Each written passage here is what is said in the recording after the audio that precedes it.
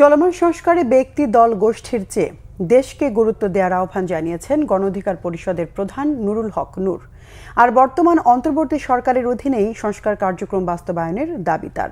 এদিকে কমিশন কোনো সংস্কার চাপিয়ে দেবে না বলে জানিয়েছেন জাতীয় ঐক্যমত্য কমিশনের সহসভাপতি অধ্যাপক আলী রিয়াজ। বলেছেন, জনগণের প্রত্যাশা পূরণে সব রাজনৈতিক দলের মতামতের ভিত্তিতেই কাঙ্ক্ষিত সংস্কার হবে।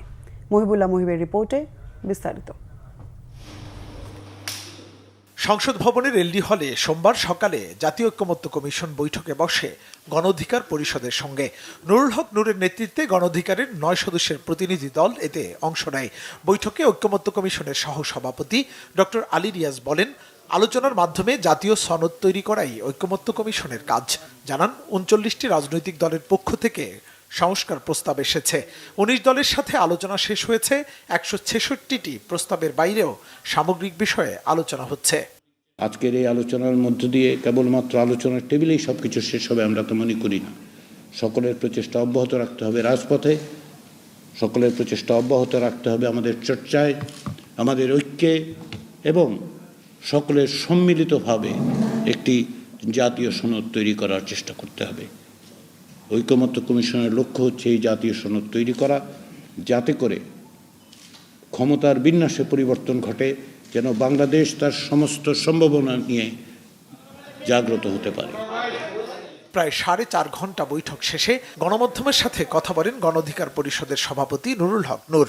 জাতির বৃহত্তর স্বার্থে সংস্কার বাস্তবায়নে সর্বোচ্চ ছাড় দেওয়ার কথা বলেন তিনি। জানান, সংস্কার কমিশনের প্রস্তাবের সঙ্গে খুব বেশি দ্বিমত নেই তাদের।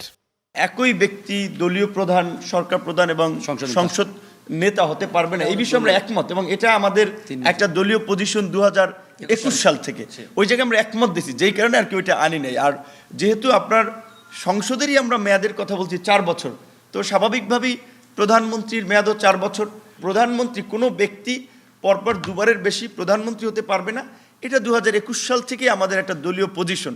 তো সেই দলীয় পজিশন এখন সংস্কার কমিশনে গৃহীত হবে, শুধু এখানে তো আমাদের দ্বিমত করার কোনো প্রশ্ন নেই। পরিষ্কারভাবে বলেছি যে তার জীবদ্দশায় দুবারের বেশি কেউ প্রধানমন্ত্রী হতে পারবে না, এবং 2 বার প্রধানমন্ত্রী হওয়ার পরে আবার ওই ব্যক্তি রাষ্ট্রপতি হতে পারবে না, রাষ্ট্রপতি অযোগ্য হবেন, এটা আমরা বলেছি।